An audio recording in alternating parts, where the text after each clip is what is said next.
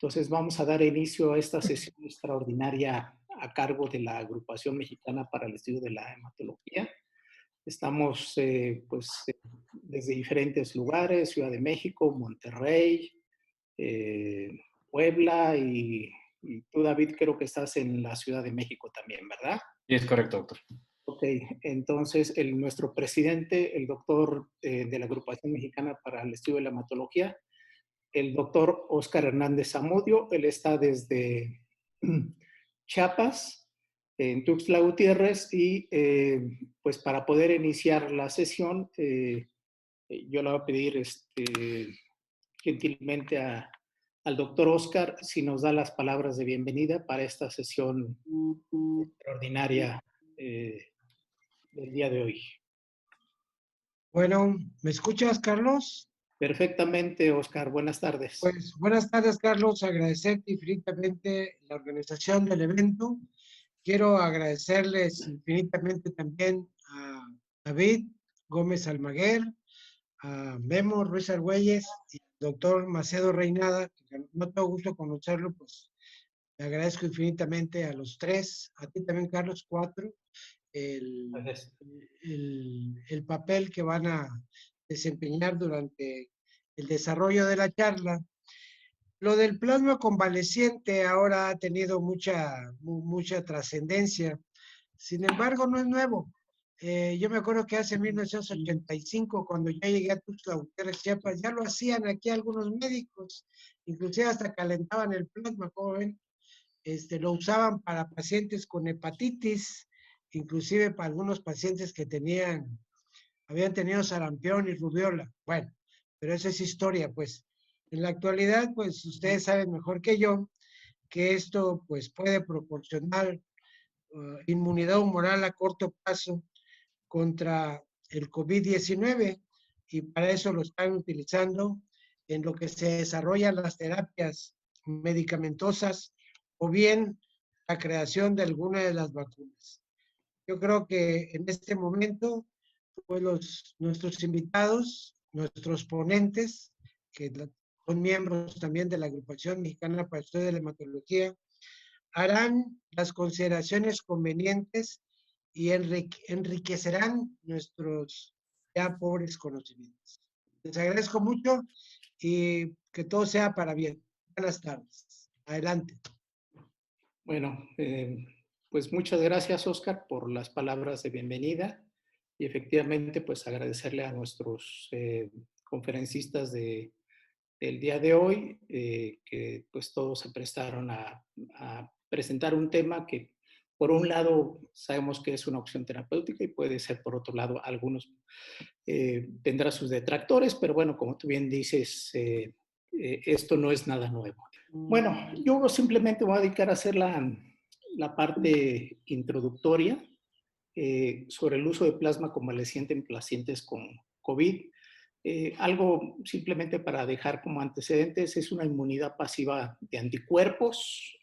Como bien lo dijo el doctor Óscar, esto no es nuevo y seguramente algunos de nuestros conferencistas nos lo van a mencionar. Se ha usado desde hace décadas, se usa el plasma con la finalidad de efectivamente de la manera más rápida de obtener una inmunidad pasiva.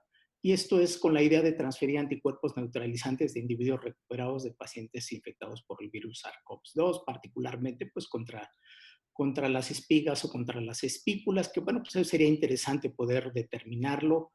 Efectivamente, pues como decíamos, existe ya la evidencia del uso del plasma en otras infecciones por coronavirus y con el éxito, pues efectivamente se ha visto que en algunos tipos de pacientes, y eso es de lo que vamos a hablar el día de hoy, funciona.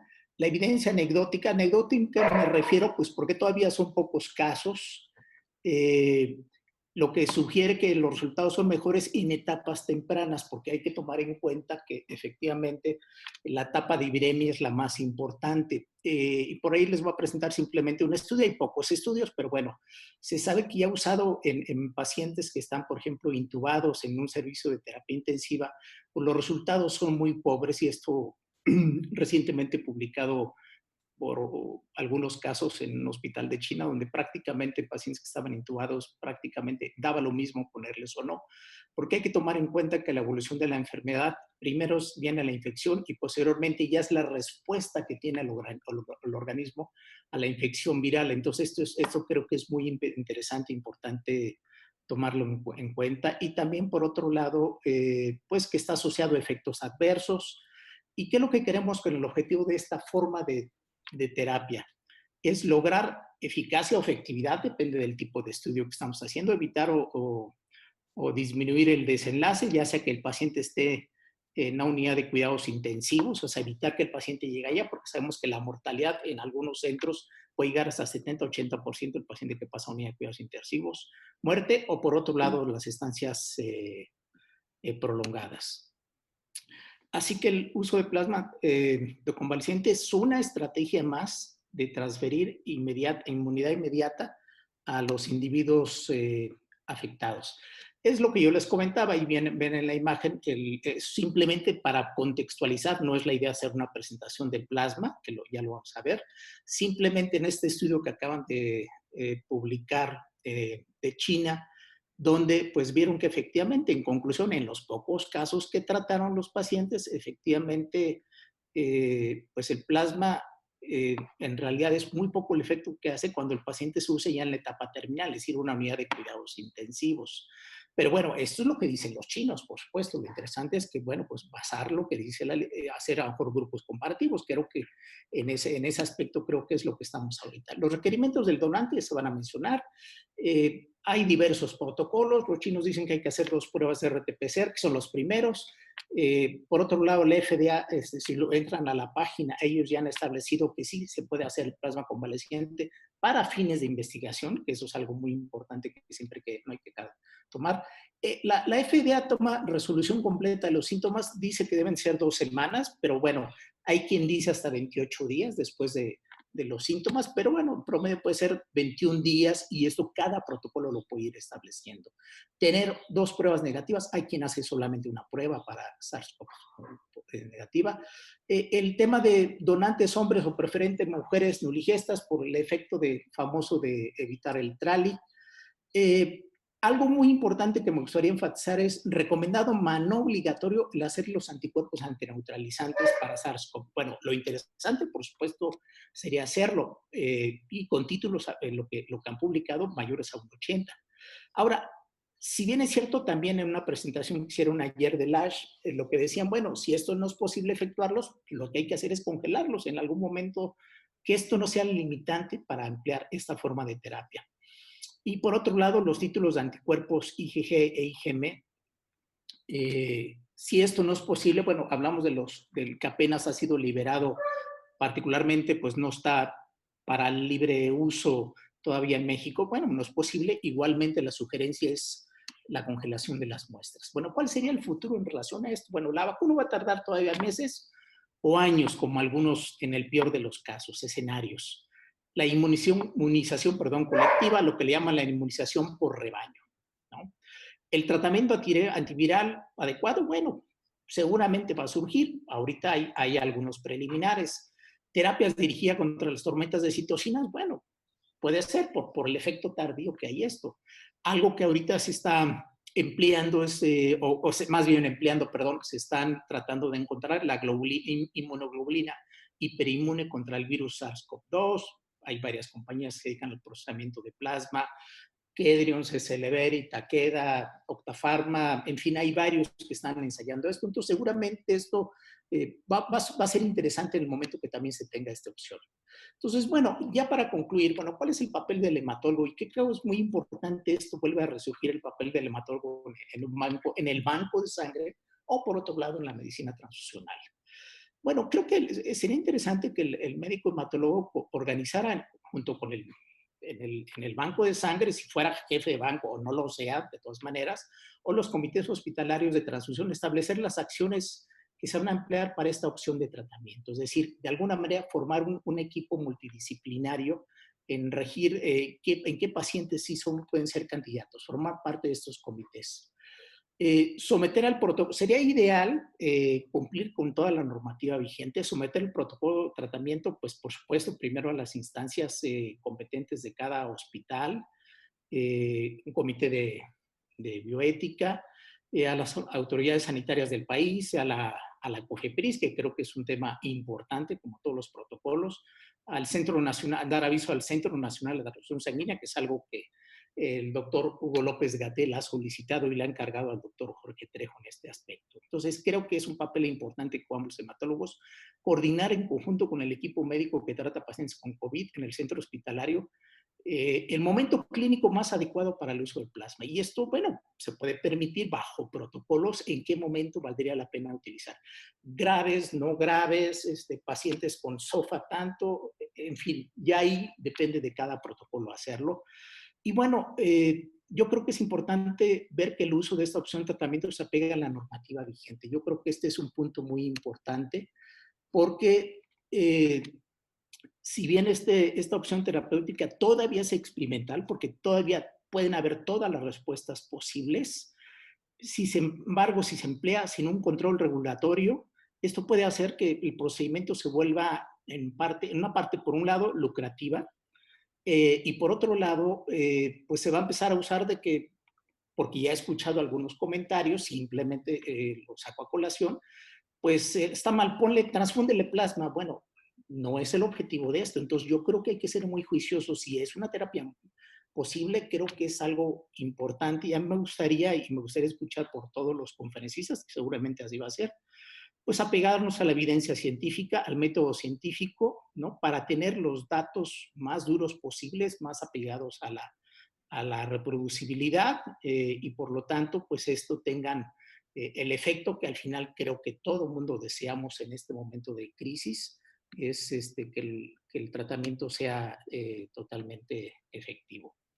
Así que bueno, este es para fines de, creo que es un papel, un rol importante, considerando que pues no hay estudios aleatorizados, no hay estudios cegados, en fin, creo que hay muchas debilidades con respecto en el mundo, por supuesto, y ojalá que en México podamos superar ese aspecto.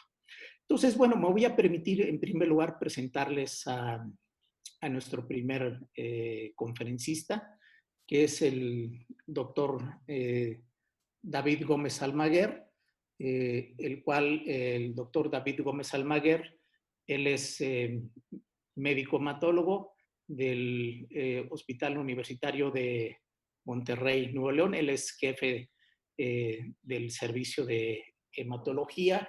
Un cargo, bueno, tiene muchos cargos, ha sido expresidente de la AME, y creo que un cargo ahorita importante que nos debe sentir honrados a todos es que él actualmente es el presidente para fines prácticos de la Sociedad Internacional de Hematología.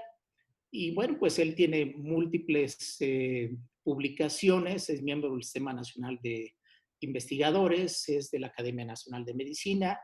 Y bueno, pues es un honor que esté con nosotros compartiendo la experiencia que tiene y que todos vamos a aprender de los que ya lo están haciendo a cargo del doctor David Gómez Almaguer. Muchas gracias, David.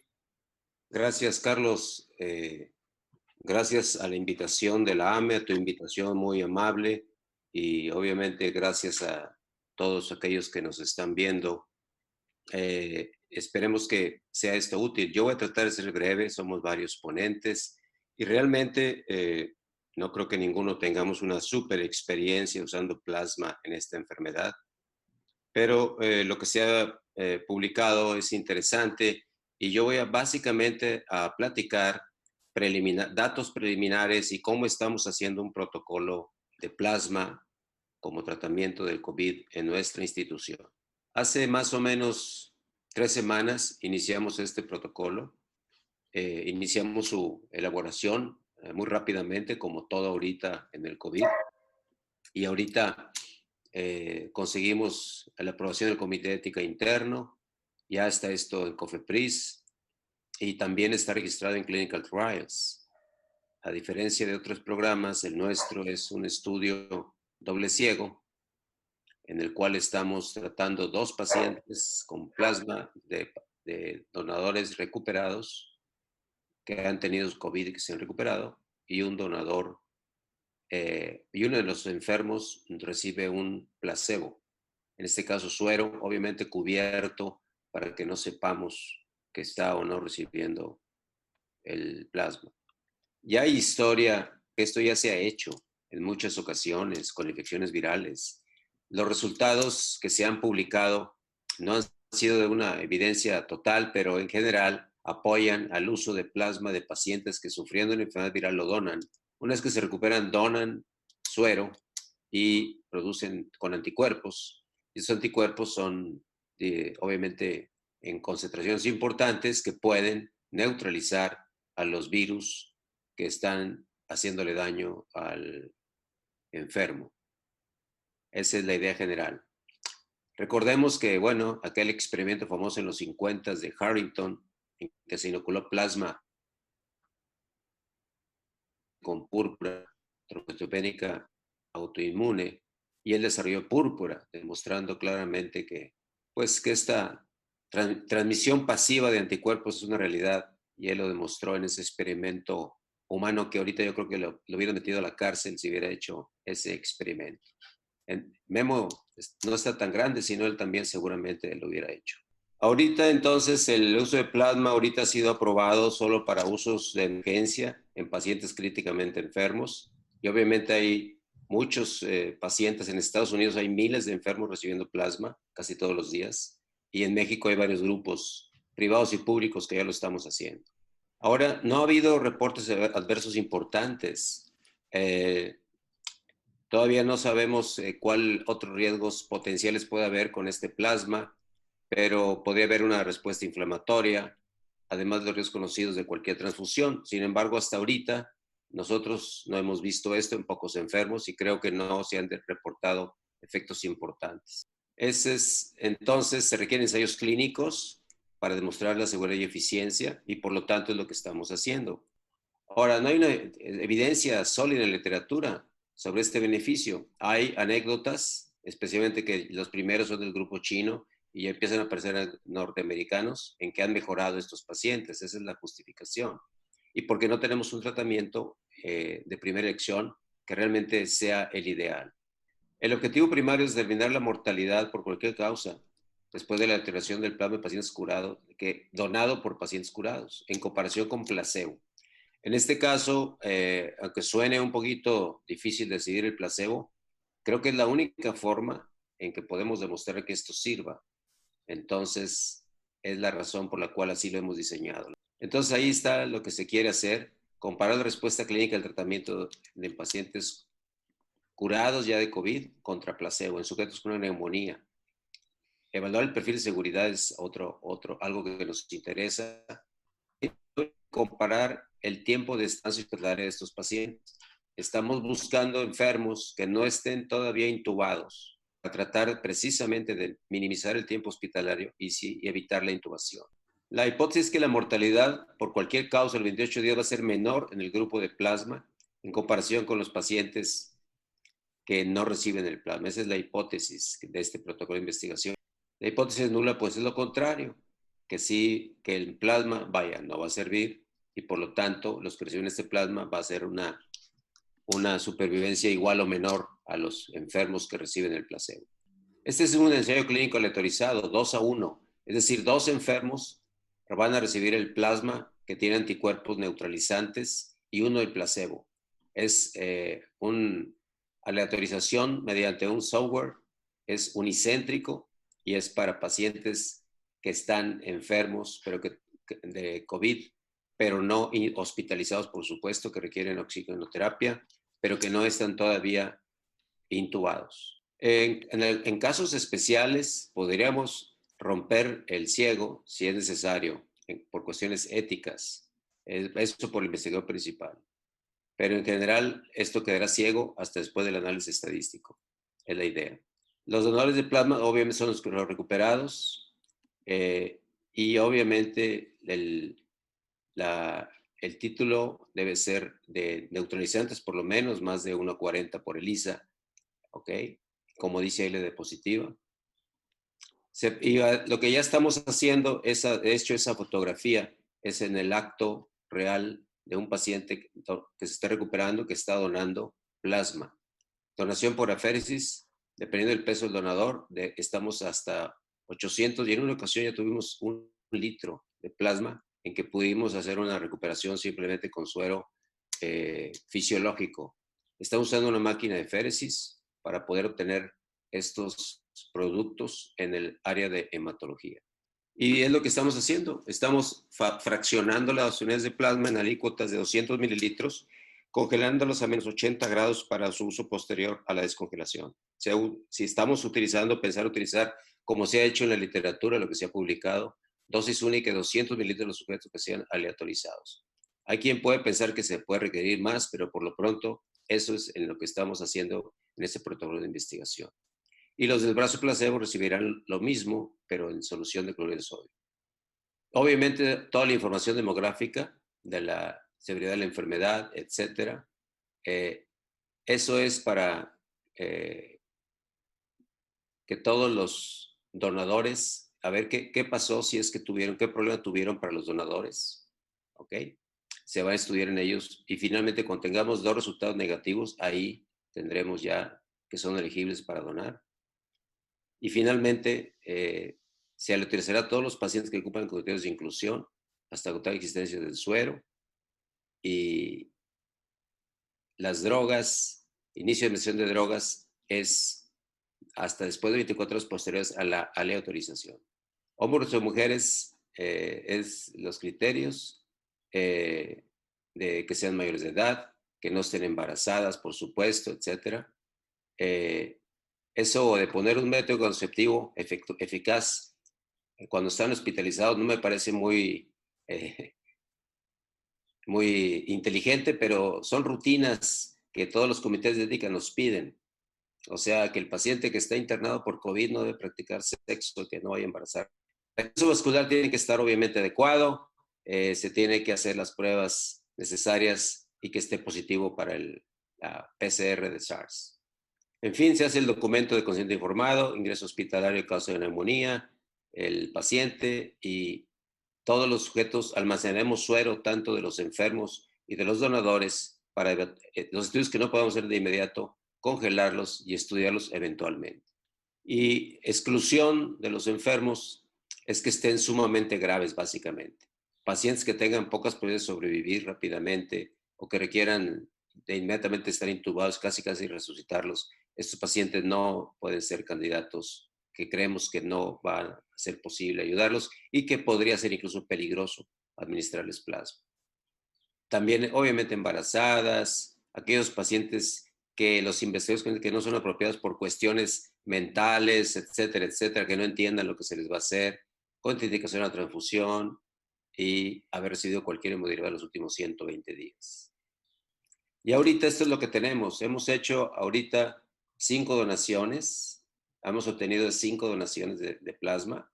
Hemos obtenido, ahorita tenemos esas 18 unidades y hemos transfundido 6 pacientes. No tenemos ningún evento adverso de transfusión. Preliminarmente les puedo decir que 3 de 4 pacientes aleatorizados fueron los que mejoraron. 1 está intubado muy grave y no creemos que vaya a mejorar. Hay 2 más que lo hicimos por compasión fuera de protocolo, a petición de médicos tratantes, pero esos pacientes no están en protocolo porque no tenían criterios de inclusión. Los incluyo ahí para mencionar que probablemente haremos un reporte de esos enfermos, pero no están en el protocolo. En el protocolo tenemos 4 pacientes. No puedo decirles cuáles son de plasma y cuáles son de placebo porque estoy cegado para ello, pero eso es lo que llevamos hasta ahorita. Debo decirles que es un estudio nada más de nuestro hospital hasta ahorita. Se ha invitado a otros grupos, pero no vemos fácil que podamos coordinar todos estos requisitos fuera de la institución, entonces vamos a ir un poquito lentos. El objetivo es llegar a un mínimo de 30 pacientes para poder sacar una conclusión con cierta validez. Y estos son los participantes. El doctor Adrián Camacho Ortiz, jefe de infectología, fue el principal promotor de esta iniciativa. El resto del equipo hay infectólogos, hay gente de hematología y laboratorio central que estamos participando en este estudio. Es un poquito riguroso, pero creo que es la única forma de contestar las preguntas. Y al principio tenía un poquito de dudas sobre si esto podía hacerse con placebo o no, pero si no haces esto, o lo hace en algún momento alguien nunca podremos contestar la pregunta como debe de ser. Tiene que haber siempre un grupo control. El punto de vista ético, para justificarlo, es que realmente no sabemos si el plasma sirve o no sirve. Todos estamos muy entusiasmados, el hematólogo tiende a pensar que sí sirve, es lo normal, pero no lo sabemos. Y como tampoco hay ningún tratamiento específico que valga la pena, creo que esto justifica plenamente que se haga un estudio de investigación con un control. Esto mismo se están haciendo en otras partes del mundo. Pudiera haber algunas diferencias geográficas y raciales que nos den importancia a este tipo de estudios, porque probablemente otros grupos los vayan a publicar antes que nosotros o tengan más información. Pero creo que es muy importante conocer nuestra logística, nuestra casuística y también conocer las dificultades que uno tiene en el camino para poder llevar a cabo este tipo de estudios. ¿Okay? Con esto doy por terminar mi participación y probablemente después podamos contestar preguntas, a menos que lo que digan los coordinadores. Gracias. Lo dejamos para el final. Muchas gracias, David, por la presentación. Hombre, gracias a ustedes por la invitación. Gracias, digo. Efectivamente, bueno, como lo acaba de comentar el doctor David Gómez Almaguer, pues efectivamente es algo que pues todavía falta por muchas cosas, muchas respuestas, y creo que sí, lo más importante es tratar de apegarse en la medida de lo posible a lo que equivale al método científico. Y bueno, pues no es fácil, como efectivamente lo ha comentado David, pero bueno, cada quien va a encontrar la manera de tratar, creo que de tener respuestas a tantas preguntas que se pueden tener, y en qué pacientes podría ser el ideal para poderlo hacer. Gracias, David. Y bueno, a continuación, me voy a permitir presentarles a nuestro siguiente conferencista, que igualmente nos va a presentar su experiencia. Como ustedes lo están viendo ahí, es el doctor Guillermo Ruiz Argüelles. Simplemente, rápidamente, si no nos vamos a tardar mucho. Él es director general del Centro de Hematología y Medicina Interna de Puebla, consultor de hematología de la Clínica Ruiz de los laboratorios, y catedrático de hematología en la Universidad de las Américas de Puebla. Ha sido presidente de la AME, fue gobernador de México del American College, y bueno, si no mal recuerdo, va saliendo, y también fue de la Sociedad Internacional de Hematología, y ustedes seguramente lo reconocen porque, bueno, pues tiene un historial importante en cuanto a publicaciones. Su línea de trabajo pues es muy amplia. Una de las áreas fuertes es el trasplante hematopoyético, y es Sistema Nacional de Investigadores, es SNI 3, y también es académico de la Academia Nacional de Medicina. Muchas gracias, Carlos. Antes que nada, agradecer la invitación generosa que me hizo la agrupación para participar con ustedes en esta presentación. Nosotros lo que hicimos fue diseñar un protocolo para analizar esta utilidad, y dado que pues hay todavía muchas controversias, lo que hicimos fue solicitar fondos al Consejo de Ciencia y Tecnología del Estado de Puebla para poder llevar a cabo esta investigación.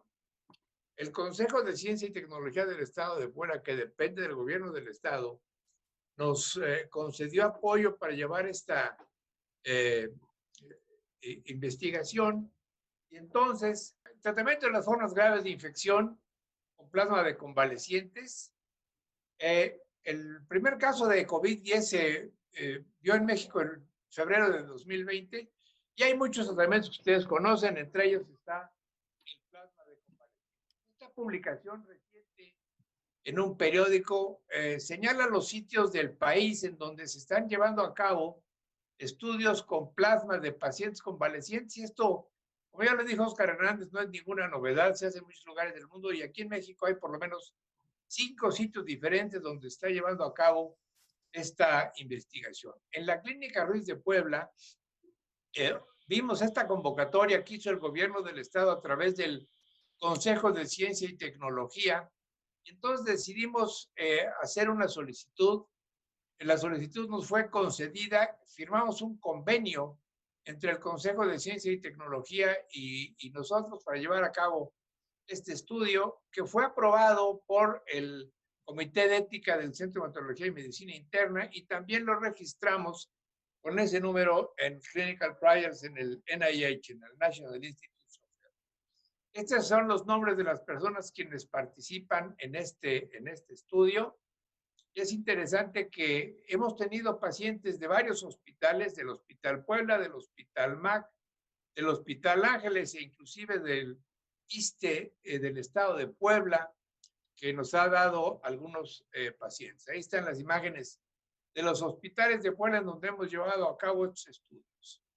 Entonces decidimos hacerlo en formas graves de pacientes COVID que estuvieran en terapia intensiva, que tuviesen insuficiencia respiratoria, que el índice de Kirby estuviese afectado y que pudiésemos seguirles el índice de SOFA, que es el Sequential Organ Failure Assessment.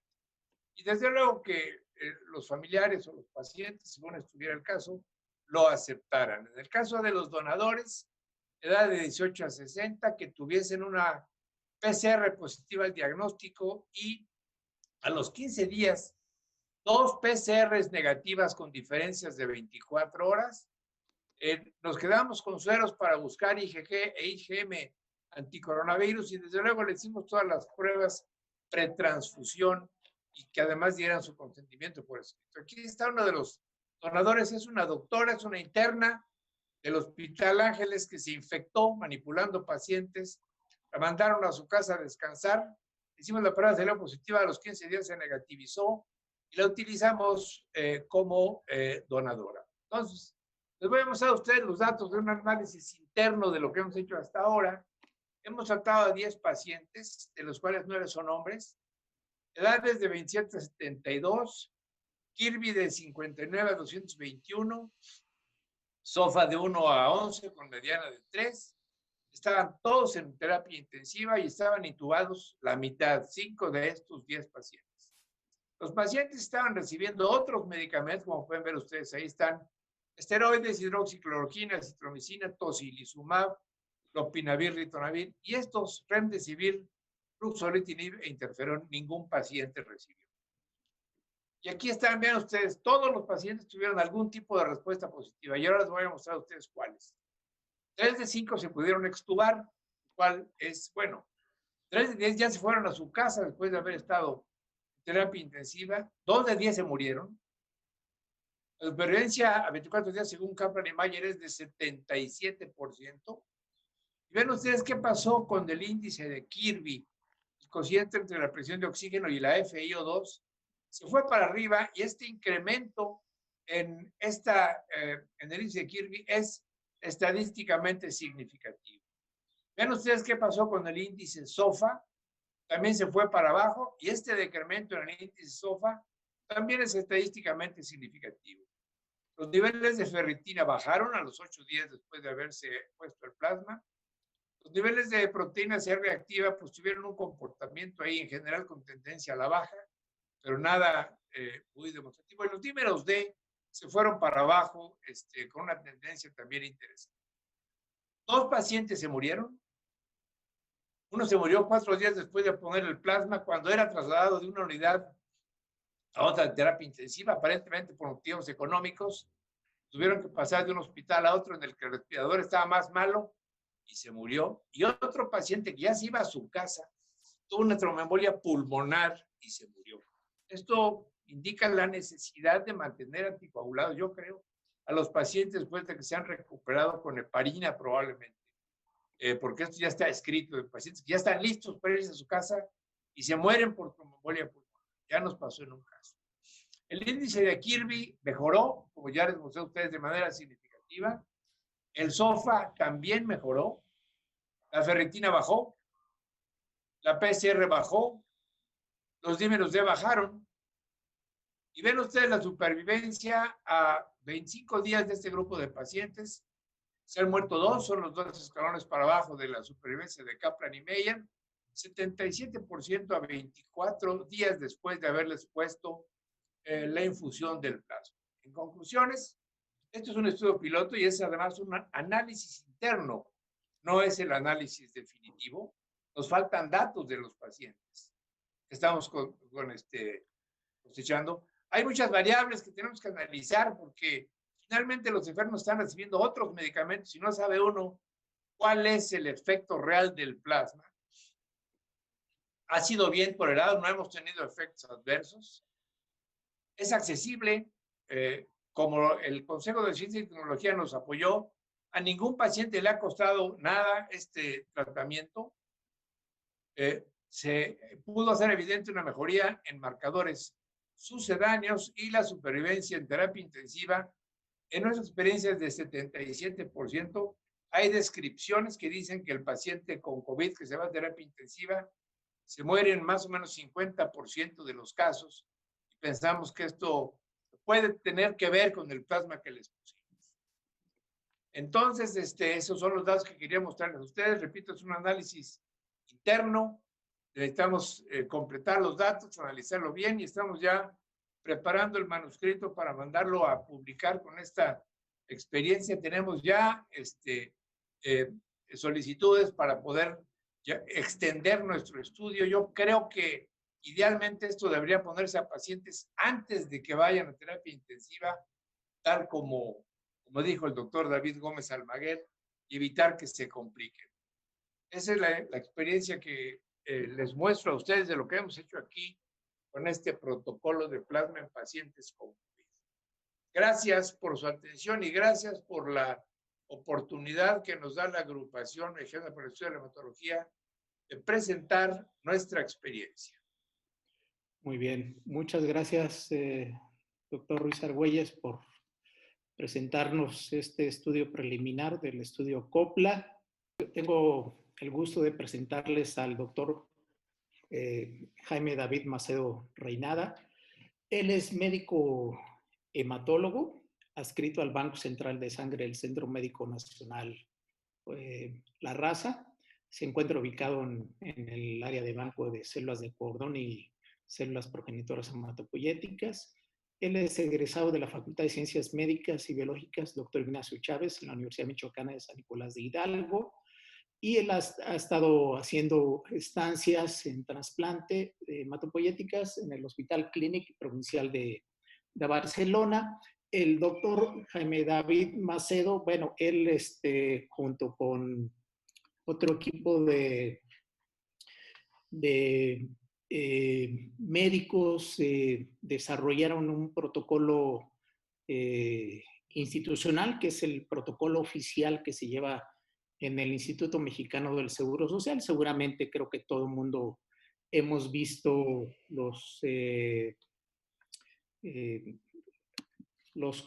la difusión que se le ha estado haciendo a este proyecto.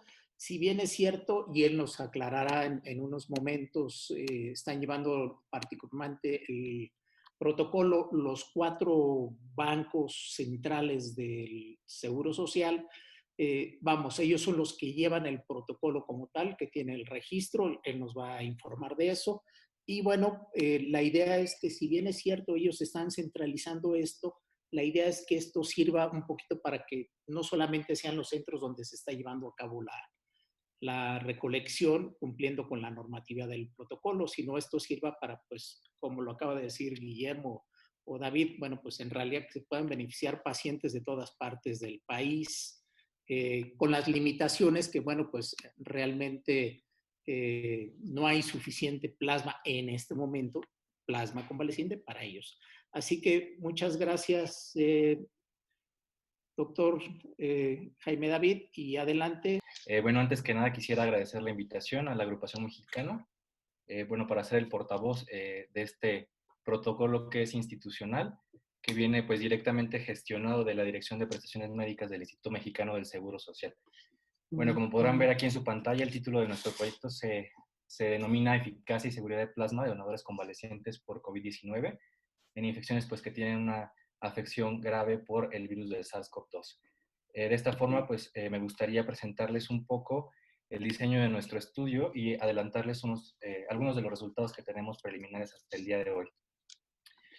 Bueno, no voy a ahondar mucho en el marco teórico, ya que se ha comentado ya con anterioridad en otro foro en esta misma agrupación, y ya también se han encargado los ponentes previamente de mencionar unos aspectos que son pues muy relevantes. Solamente tocaremos algunos datos que son pues bastante relevantes en nuestro contexto. Sabemos pues que, como ya lo comentaban, es una terapia con inmunidad pasiva que puede tener otras implicaciones, dado que también hay mecanismo de acción por citotoxicidad mediada por anticuerpos, hay también favorecimiento de la fagocitosis por estos anticuerpos de naturaleza neutralizante. Sin embargo, en el contexto de un paciente que ha convalecido de la infección por SARS-CoV-2, pues existe también una subpoblación de anticuerpos que a lo mejor no tienen este papel neutralizante, pero pueden tener un papel en la inmunomodulación. De esta forma, conociendo pues la aplicabilidad de esta terapia, tenemos uso directo en profilaxis y en tratamiento. Este primer uso no está aprobado de manera universal, entonces nos vamos a centrar en el aspecto terapéutico del plasma convaleciente. Ya conociendo pues toda la literatura previamente disponible de este uso de plasma convaleciente, no solo en COVID-19, sino en otras pandemias, a destacar de otros virus respiratorios, pues sabemos que tenemos que tener una particular cautela al momento de diseñar nuestro estudio, nuestro protocolo. Vamos a centrarnos en esta diapositiva a la selección del potencial donador. Ya se ha mencionado que es necesario un diagnóstico genómico con ensayo molecular estandarizado, que eso pues prácticamente ya se encuentra disponible de manera universal. Un tiempo importante de la electividad del donador es al menos 14 días de la resolución de los síntomas, porque como bien ya se ha comentado, pues no existen pruebas estandarizadas para determinar la calidad de los anticuerpos, ni por ensayos de titulación, ni ensayos de neutralización, que en este momento pues se antojan complicados realizar, debido a que pues no todos los laboratorios se cuenta con capacidad de hacer cultivos celulares y tampoco se cuenta con una certificación de un laboratorio de bioseguridad de nivel 3, como se requiere en este tipo de estudios de neutralización. Es importante recalcar que también es común a todas las guías internacionales que se hace un énfasis en aplicar la normativa local para la selección de donadores y también para la asignación de todas las variables del protocolo. Entonces, en contexto de estas guías o de estas recomendaciones internacionales, tenemos que hacer un screening del donador. Tiene que ser un sujeto con ausencia de síntomas que cuente con una prueba genómica negativa. Aquí también se podría entrar algo en debate de si se requieren una o dos pruebas.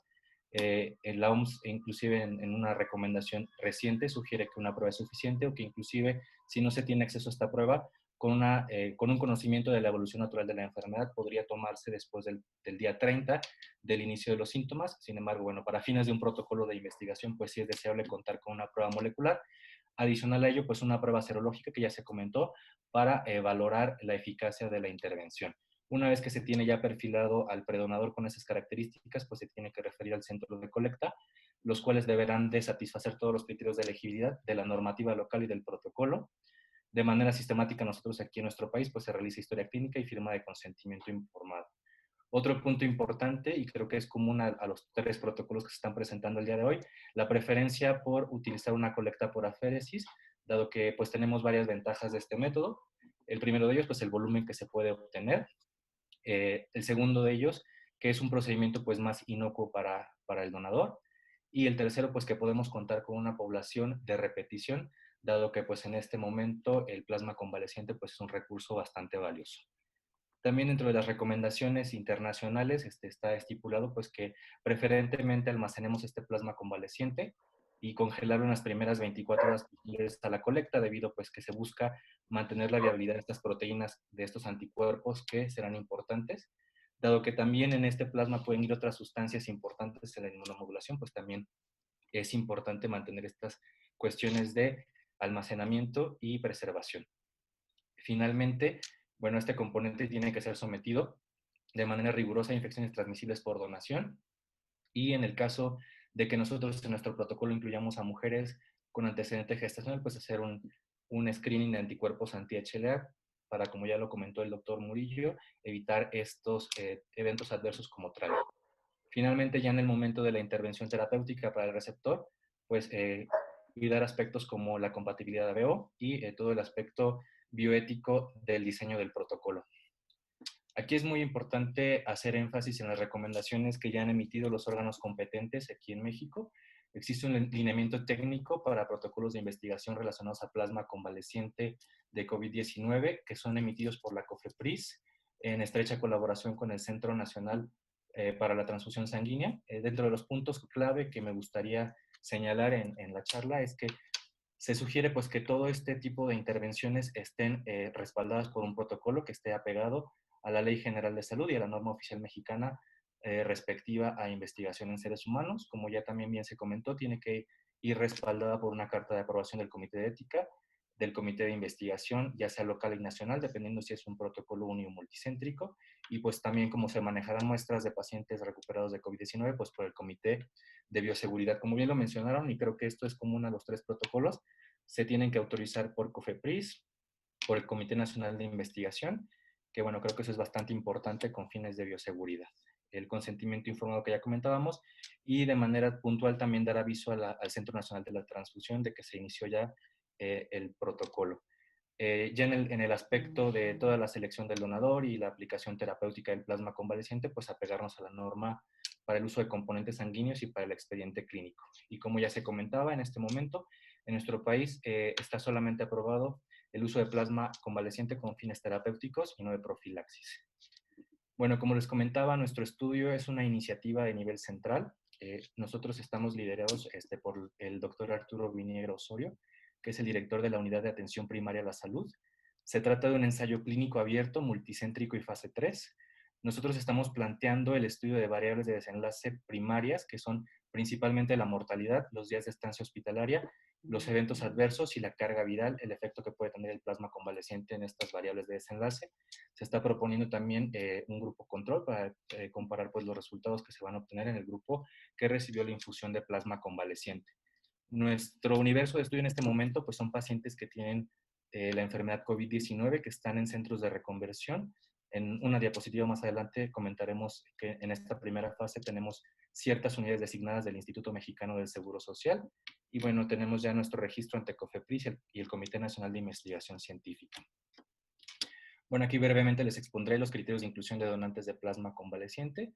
Son, pues, como se comentó ya, pacientes que tienen un diagnóstico previo de COVID-19 por una prueba genómica, la edad que concuerda con la seleccionada por la norma oficial mexicana para todos los donadores de componentes sanguíneos.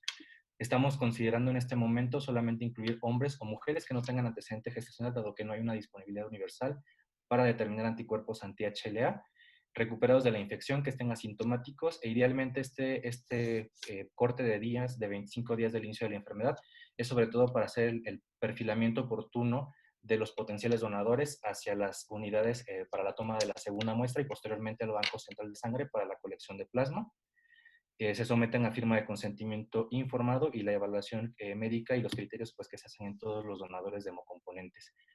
En los criterios de exclusión estamos considerando hemoglobinas que no permitan el procedimiento de aféresis o todos aquellos que tengan serología o NAT reactivos o al momento de realizar la segunda prueba pues tengan una carga viral positiva y pues todos los criterios de exclusión que se aplican de manera rutinaria en los bancos de sangre. Para la selección de los receptores de plasma convaleciente, bueno, nosotros hicimos una revisión de la literatura y en este momento las guías internacionales pues recomiendan esta intervención, particularmente en pacientes que tengan algún criterio de gravedad. Estamos considerando pacientes que de la misma forma que los donadores tengan un diagnóstico confirmado por una prueba genómica, que sean mayores de 18 años y tengan criterios operacionales de enfermedad grave o enfermedad potencialmente mortal. Estos criterios están tomados de la Organización Mundial de la Salud. Sin embargo, también decidimos incluir un tercer grupo, que son pacientes que en este momento a lo mejor no cumplen con definiciones operacionales, pero tienen algún criterio de complicabilidad, dado que en ellos pues una intervención oportuna podría modificar su desenlace. En este momento las 4 unidades de colecta de plasma convaleciente son el Banco Central de Sangre del Centro Médico Nacional La Raza, el Banco Central de Sangre del Centro Médico Nacional del Siglo XXI, el Banco de Sangre Tipo A de la UMA de Cardiología Monterrey y el Banco Central de Centro Médico Nacional de Occidente. Las unidades receptoras son todas las UMAs de estos bancos centrales de sangre y todas las unidades de segundo nivel que tienen la denominación de centros de reconversión o centros COVID. Más o menos este es nuestro flujograma de actividades, lo resumiré muy brevemente, ya que esto es una cuestión más bien operativa. El contacto comienza con nivel central y trabajo social para sensibilización y acompañamiento del potencial donador, hasta la realización de su segunda prueba y posterior envío al banco de sangre. En el banco de sangre se hace la selección, aplicando los criterios del protocolo y los criterios de la norma oficial mexicana para la selección de donadores. Se someten a pruebas de serología y NAT de rutina y estamos haciendo pruebas de laboratorio, inicialmente determinación de inmunoglobulinas. Se tiene una seroteca para posteriormente ya realizar los ensayos de titulación y neutralización de anticuerpos y bueno, posteriormente se procede al procedimiento de aféresis, que pues es bastante similar al que se están haciendo en todos los demás centros. Nosotros estamos colectando 600 mililitros de plasma de manera estándar en todos los donadores y se están obteniendo alícuotas de 200 mililitros. Todo esto pues con condiciones adecuadas para el procesamiento de estos componentes, los cuales se someten a un control de calidad. Posteriormente estamos utilizando un congelador rápido para favorecer pues, la preservación de estas proteínas, de estos anticuerpos, y se tienen las unidades en resguardo hasta su liberación cuando se vaya a indicar su uso clínico, con una temperatura de almacenamiento promedio de menos 80 grados, para lo cual tendrían una vigencia de 36 meses. Bueno, también esto, en el aspecto de la bioseguridad, pues se tiene que tener una identificación bastante cuidadosa del donador, del número de unidad, grupo RH, serología, y también se ha pedido que estos plasmas pues tengan una leyenda de que son para uso exclusivo en investigación. El banco de sangre como tal se asegura de que la unidad que va a administrar el plasma requisite adecuadamente el plasma convaleciente en un paciente que cuente con criterios de inclusión para el estudio. Para esto se diseñó a nivel central una plataforma informática en la cual pues, los clínicos tienen una vista rápida del inventario de plasma que se cuenta con su banco de sangre proveedor y llena una hoja de solicitud en la cual básicamente se tiene que asegurar que el donador, perdón, el receptor cumple con criterios de inclusión. También el banco de sangre se va a asegurar de que se mantenga la red de frío para garantizar la viabilidad del componente. Bueno, entonces, como les comentaba, los participantes van a ser seleccionados por el centro de la unidad donde van a ser infundidos los plasmas. Se tuvo el acercamiento con las unidades clínicas para que ellos hicieran ya el perfilamiento de los participantes cumpliendo con los criterios del protocolo. Ellos requisitan los plasmas a los bancos centrales de sangre, en donde nos aseguramos que cumplan con los criterios de elección. Se hace toda la papelería correspondiente al proceso habitual del Instituto Mexicano de Seguro Social y estamos administrando 400 mililitros en dosis única a razón de 2 alícuotas que vienen de distinto donador.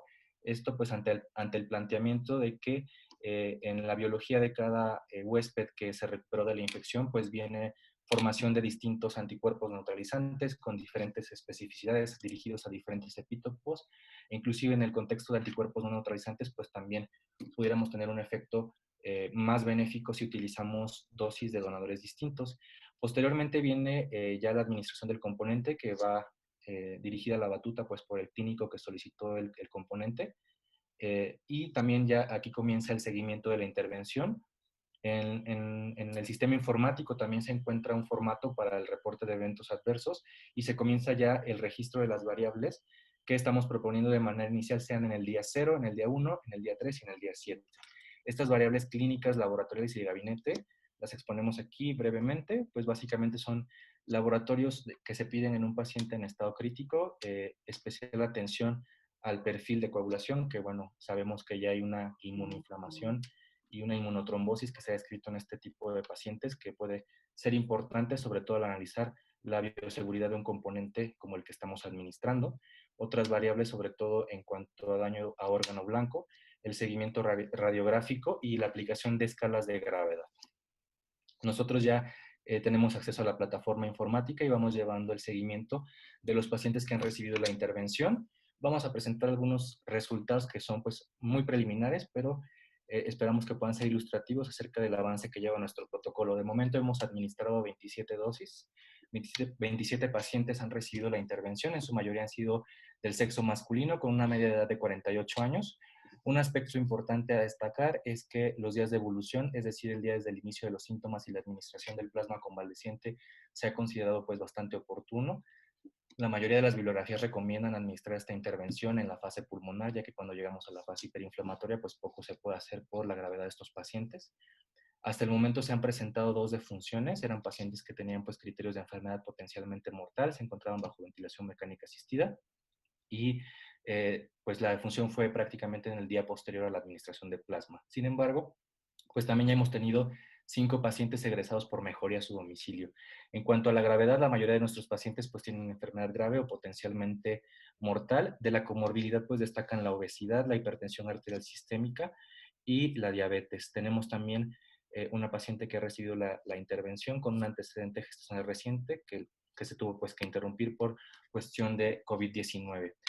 Aquí hacemos un comparativo de las medias y los rangos de las escalas de gravedad. La mayoría pues tienen un Kirby moderado o grave. Y QSOFA y SOFA o Glasgow también se encuentran dentro de rangos de gravedad. El compromiso pulmonar también en la mayoría de los pacientes es importante. Y aquí estamos haciendo también el registro de las variables de confusión, sobre todo el uso de tratamientos concomitantes, bueno, para después hacer un análisis multivariado por subgrupos y tratar de disminuir la confusión por estas variables. Bueno, tenemos aquí algunos resultados preliminares que únicamente son del seguimiento global. Como les comentaba, tenemos 25 pacientes que han recibido una infusión de plasma. Hasta el momento se han colectado 37 dosis, 5 han sido egresados por mejoría, se han documentado 2 defunciones. La media del día de la administración de plasma desde el inicio de los síntomas es 7.83 días. Del seguimiento que se hizo esta mañana con los clínicos, 3 pacientes se encuentran en protocolo de extubación, 6 se mantienen sin ventilación mecánica asistida y 4 están estables sin cambios significativos en su gravedad. No se ha reportado ningún evento adverso y en los últimos 5 días 12 pacientes han recibido la intervención, por lo cual en ellos pues todavía no tenemos datos como para nosotros compartirles su evolución global. Tenemos aquí nosotros entonces intervenciones a realizar y áreas de oportunidad. Como pues ya se ha comentado, son puntos clave para darle validez a nuestros resultados, que creo que han preocupado a todos los investigadores que han propuesto aquí sus protocolos. Nosotros continuaremos con el reclutamiento de donadores y la colecta de plasma convaleciente. Se hará el estudio comparativo con los controles. Se hará el estudio de titulación y neutralización en donadores y vamos a correlacionarlo con la respuesta clínica que hubo en los receptores. Y procederemos al análisis estadístico de las variables de desenlace. Como les comentaba, tenemos ya una seroteca que se está almacenando que nos permitirá en un futuro pues explotar algunas otras líneas de investigación como determinación de marcadores inflamatorios, estudiar la inmunotrombosis, que también es un aspecto muy interesante para nosotros, sobre todo los hematólogos, y también se antoja hacer estudios de subpoblaciones para más o menos tratar de comprender el comportamiento serológico de donadores y receptores. Bueno, se plantea que en este par de semanas hagamos un análisis preliminar y de esta manera podamos hacer apertura del protocolo a más unidades participantes. Bueno, esto sería todo por mi parte. Más o menos aquí viene ejemplificado nuestro flujograma. Y bueno, pues agradezco el foro para compartir nuestros resultados. Muy bien, muchas gracias, Jaime David, por presentarnos el protocolo institucional que actualmente se lleva en el Instituto Mexicano del Seguro Social. Ya nos comentaste todas las operaciones que tiene el proyecto. Creo que el día de hoy escuchamos 3 proyectos, 3 protocolos, con sus diferencias o también con sus sinergias por otro lado, y creo que todos comparten el objetivo en común de lograr un beneficio en los pacientes que actualmente tenemos, dado que con lo que demuestra preliminarmente los 3 estudios, parece que les va razonablemente bien comparado con lo que les va a los pacientes que actualmente se están tratando en México, porque podemos hacer un análisis preliminar. El paciente que ya está intubado, la mortalidad en México, y bueno, no hablo particularmente de hospitales privados, pero en general, por lo menos anda en 70%. Y ya va a depender, claro, de las características y el expertise de que tenga cada unidad de terapia intensiva. Yo simplemente dejaría 2 temas pendientes. Uno es cuándo es el mejor momento de poner el plasma convaleciente. Si bien es cierto, el paciente que ya está intubado, pues los criterios indirectamente puede uno intuir el pronóstico que tiene con base a los criterios de inflamación, dímeros D, ferritina, proteína C reactiva, velocidad de cimentación, índice de linfocito neutrófilo, en fin, una serie de indicadores, pues todo parecería indicar que el paciente prácticamente va hacia un deceso. Pero llama la atención que particularmente la intervención que en este momento se está haciendo con plasma parece beneficiar a los pacientes. Parece porque, bueno, evidentemente hay que tomar en cuenta que son resultados preliminares. Preliminarmente parece que hay buenos resultados, Pero bueno, la pregunta, aunque lo han contestado parcialmente, a mí sí me gustaría, para fines del foro, porque tenemos afortunadamente 500 asistentes en línea, más los que tenemos en Facebook Live. Entonces, quiere decir, esto habla del gran interés que tiene la parte del equipo de salud en esta forma de terapia. Yo les preguntaría, y cada uno su opinión con base a lo que han leído, ¿cuál es el mejor momento considerarían dar esta forma de terapia de plasma convaleciente? ¿Lo damos desde que el paciente está hospitalizado? ¿Damos al que está en tubo o no está en tubo? ¿O también le ofrecemos como una opción terapéutica al paciente que ya tiene ciertos criterios, SOFA alto, está intubado? Cualquiera que quiera empezar la discusión, ¿en qué momento sería lo ideal para empezar esto, independientemente de los criterios que tengan establecidos? Leyendo pues la literatura, comprendiendo un poco la fisiopatología de la enfermedad, hay un modelo que la divide en 3 fases, que es la infección o la primoinfección. Posteriormente pasamos a una fase pulmonar y terminamos en una fase hiperinflamatoria. Dado que nuestra finalidad principal con el plasma convaleciente es la neutralización del virus, pues se antoja que la fase pulmonar sea la más oportuna o la más adecuada, ya que cuando nos encontramos en la fase hiperinflamatoria, pues ya tenemos daño a órgano blanco, tenemos una activación endotelial masiva, tenemos coagulopatía, tenemos ya pues bastantes factores que pudieran predecir un mal desenlace para el paciente.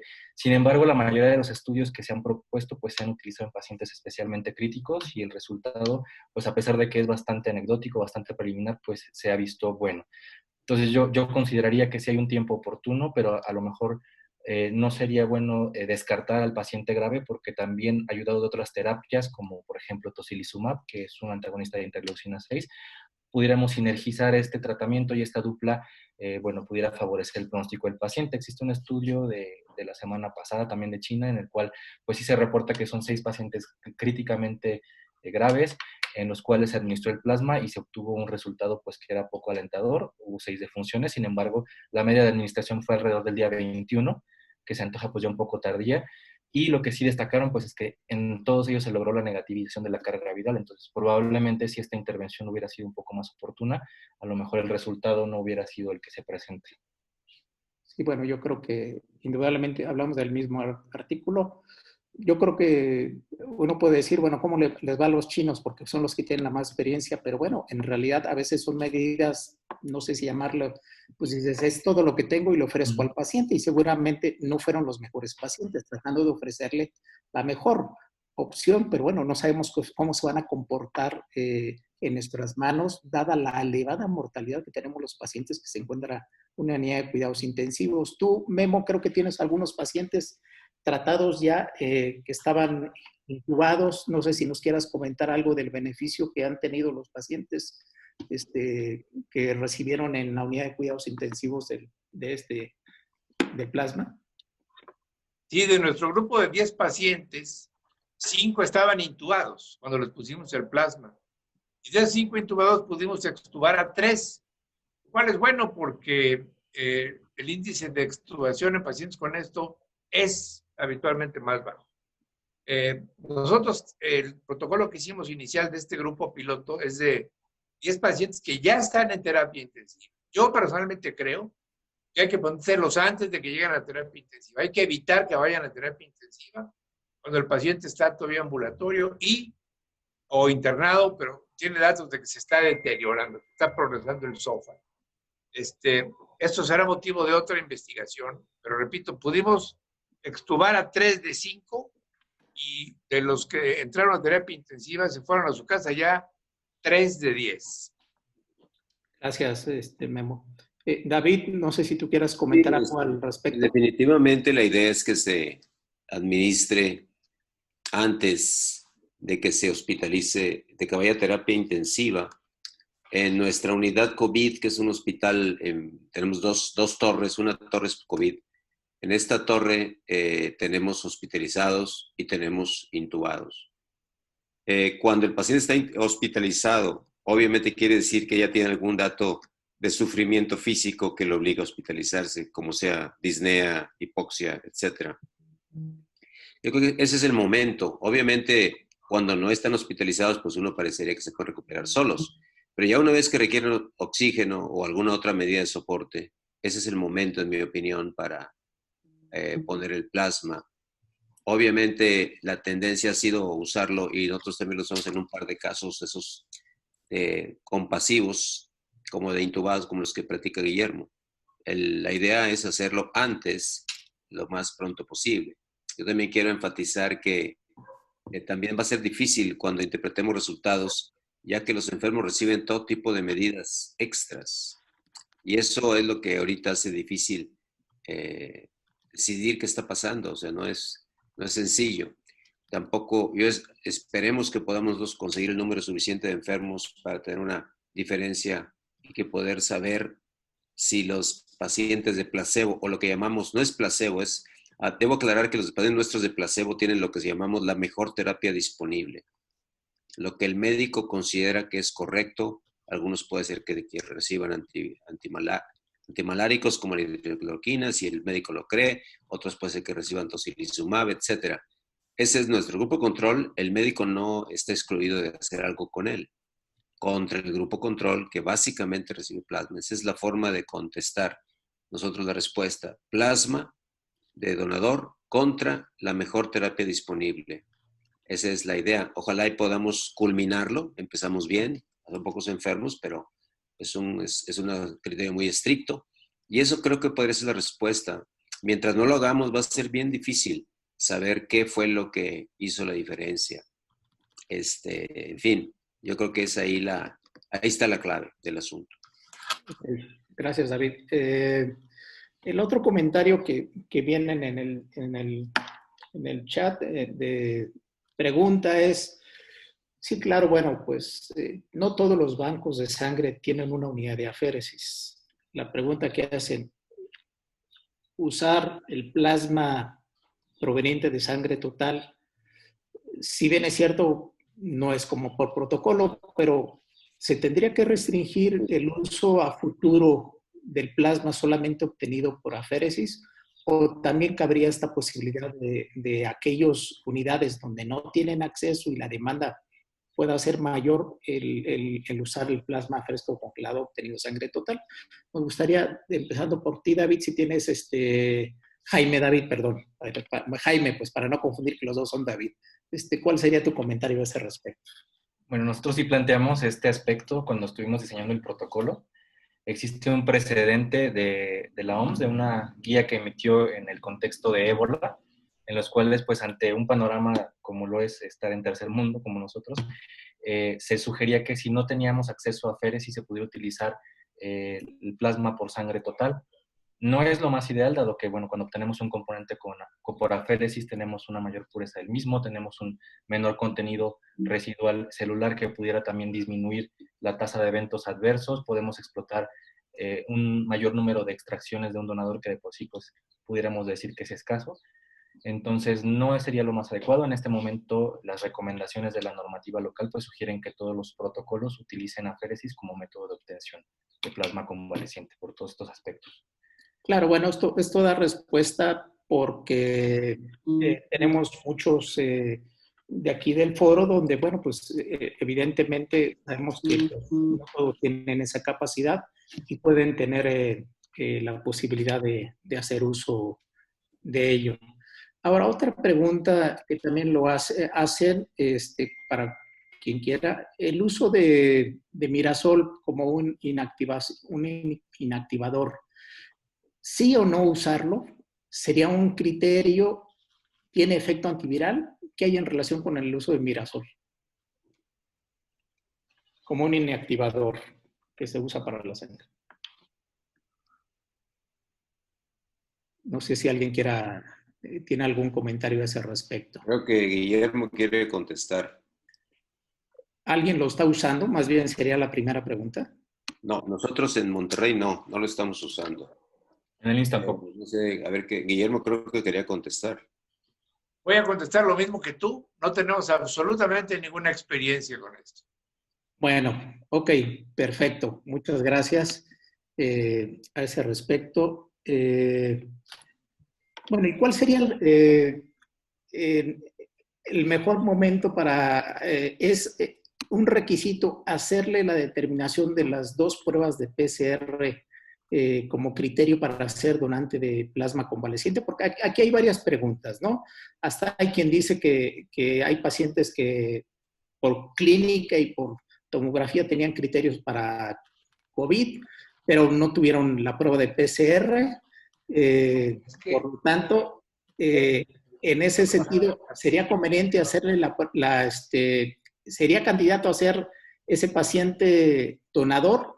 Es decir, tuvo un cuadro sugestivo de COVID, pero no tenemos la prueba del laboratorio que efectivamente haya tenido pruebas SARS-CoV-2 positiva en algún momento, y a lo mejor hoy es negativo, pero nunca lo supimos si lo fue. Aquí el criterio es, uno, y creo que también lo marca la FDA, haber tenido una prueba positiva y la evidencia documental de tener la prueba. Y la pregunta es, ¿cuántas pruebas de PCR negativa deben de tener sus donantes de sangre? Bueno, si yo puedo contestar por nosotros, yo creo que el mínimo es una. Lo ideal es, yo creo que es tener 2 pruebas con diferencia de varios días para estarse más tranquilo. Pero el cuadro clínico, si el paciente se encuentra sintomático y tiene una prueba negativa, yo creo que sería bastante tranquilizador. Obviamente es necesario que ya se haya hecho el diagnóstico por PCR. Hay quien piensa, incluso en recomendaciones europeas, que si tú tienes ya un mes de que te hicieron tu diagnóstico y estás asintomático, tú puedes ser un donador tranquilamente y simplemente determinando anticuerpos neutralizantes, y no necesariamente tendrías que comprobar con PCR. Hay quien ha hecho esa recomendación, pero suena arriesgado, y yo me atrevería a decir que por lo menos necesitamos una prueba negativa y el tiempo necesario y un paciente asintomático para saber que estamos listos para tomar ese plasma. Cuando tengamos la facilidad de rápidamente hacer anticuerpos, medir anticuerpos, pues eso será una forma también muy buena de estar seguros de que estamos en el camino correcto.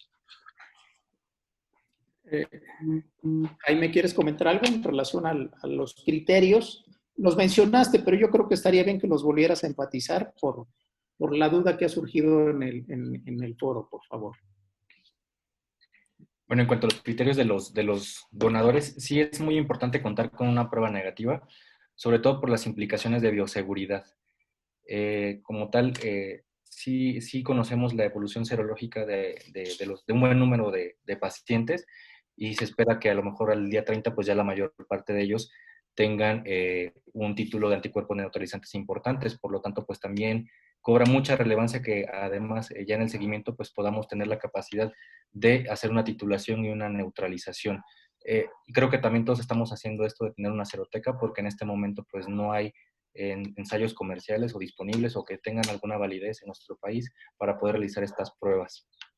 No sé si contesto la pregunta de la selección de donadores o quieren que aborden la selección de receptores. Del donador creo que está bien, porque bueno, esto aclararía algunas de las preguntas que nos están haciendo. Las otras preguntas que han venido, bueno, creo que ¿qué titulación de anticuerpos sería el ideal para poder someter a un paciente candidato a ser donante de plasma convaleciente?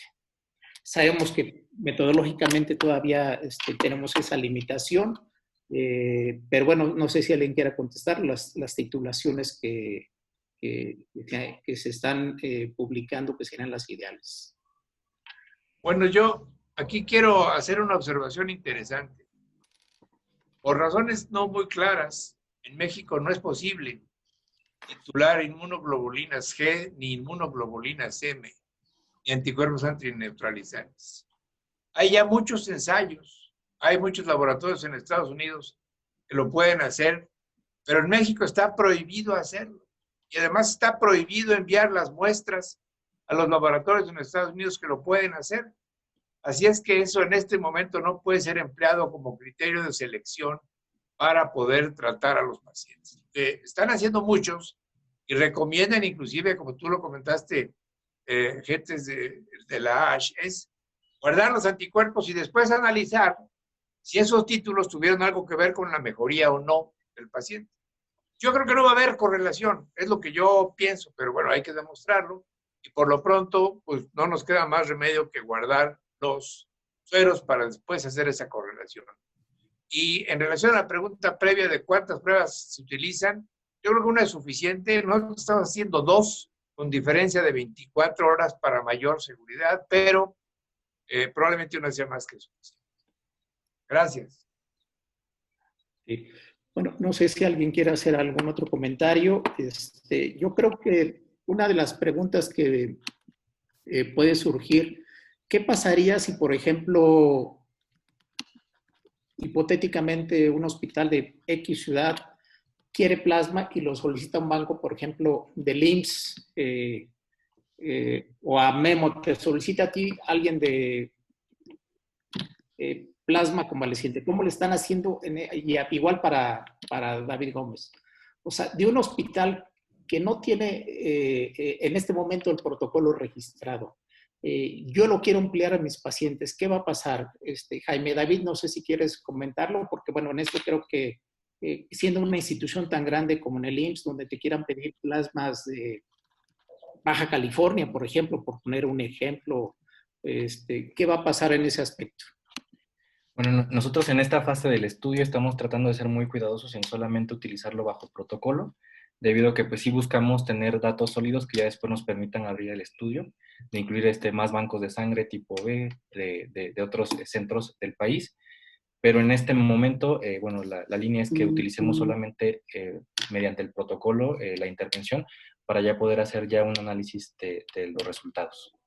Ok, eso contestaría por una pregunta que también viene nuevamente. Alguien quiere de X estado, tiene un paciente grave, dice, se me ocurre, leí, vi que sirve plasma convaleciente, les voy a pedir a los centrales de sangre plasma. En este momento la respuesta es aún no.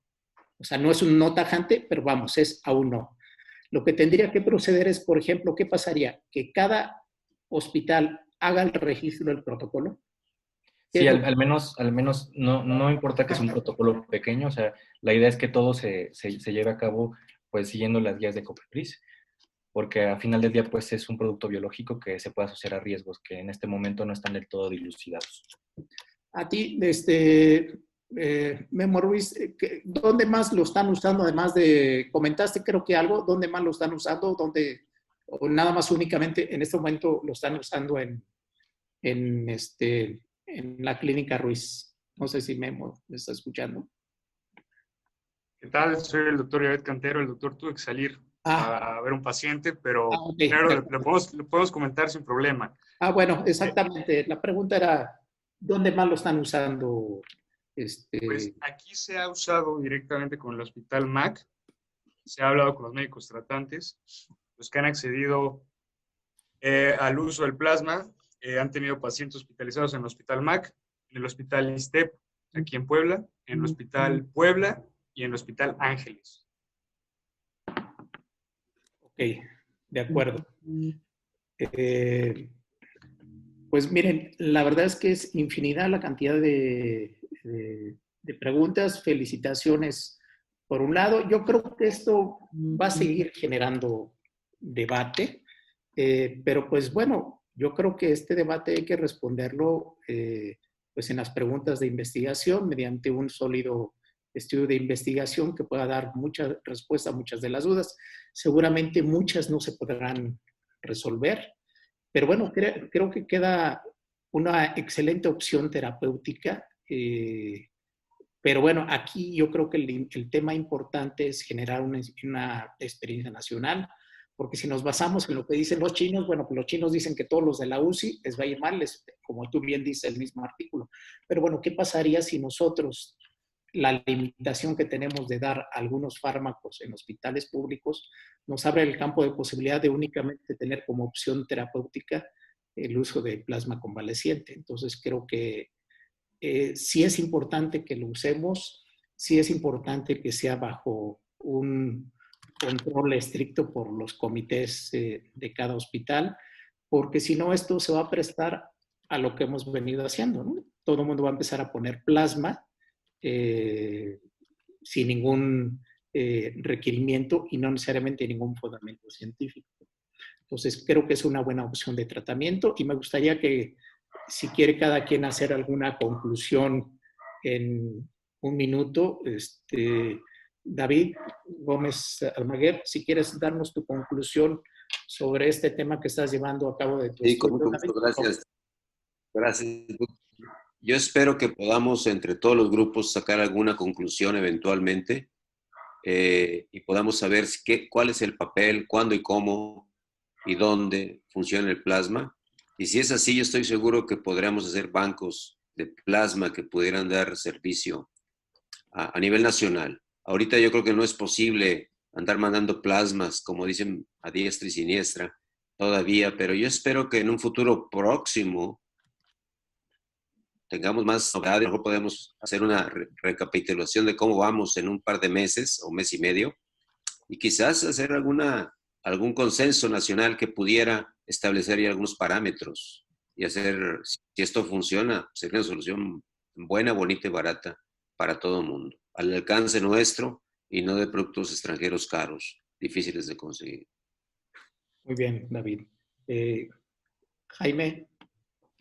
Pues sí, en efecto es una opción que es bastante atractiva, pero es importante que en este momento pues, nos apeguemos lo más posible a nuestros protocolos para que pues, nuestros resultados tengan una validez que nos permita pues, ya abrir la intervención y proporcionársela a un mayor número de pacientes, inclusive pues, fuera de protocolo, pero ya con la evidencia disponible de nuestros centros, de nuestra experiencia local en población mexicana, que bueno, va a tener mucha mayor relevancia que toda la información que obtenemos de otras fuentes o de otros países.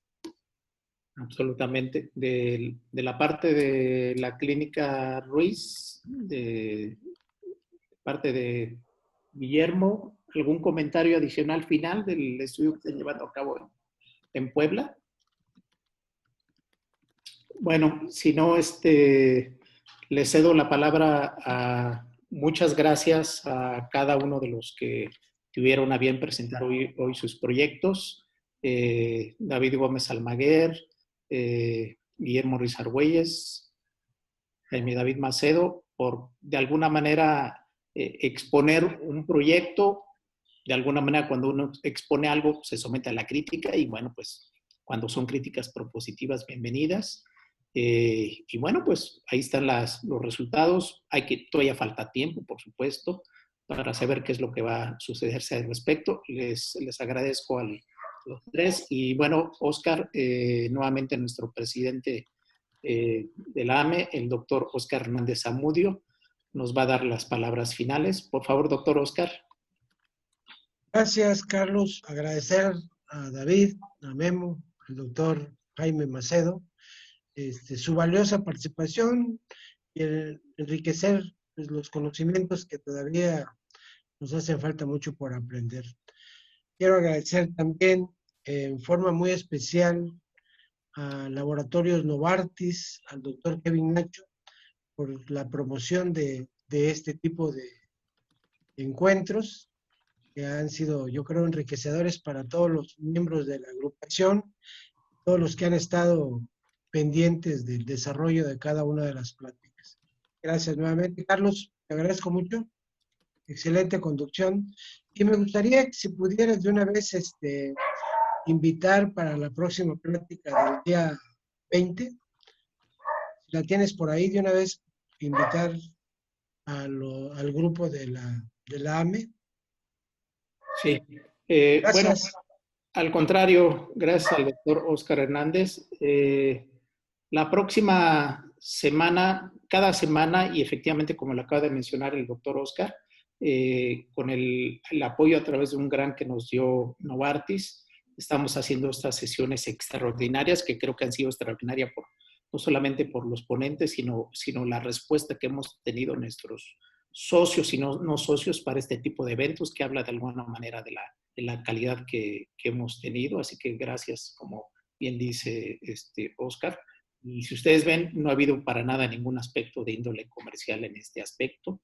La conducción es totalmente a partir de nosotros. Y lo que queremos hablar la próxima semana es acerca del tratamiento, qué opciones de tratamiento puede existir para los pacientes que tienen COVID. Si no mal recuerdo, hay dos temas. Estamos nuevamente, como la vez pasada, A más tardar el viernes les tenemos ya confirmados los ponentes que van a tener. Entonces, el próximo miércoles aquí nos vemos igualmente a las 5 de la tarde, nuevamente transmitiendo y les auguramos que vamos a tener nuevamente el éxito con los conferencistas y con el nivel de asistencia para ello. Así que pues muchas gracias a todos nuevamente.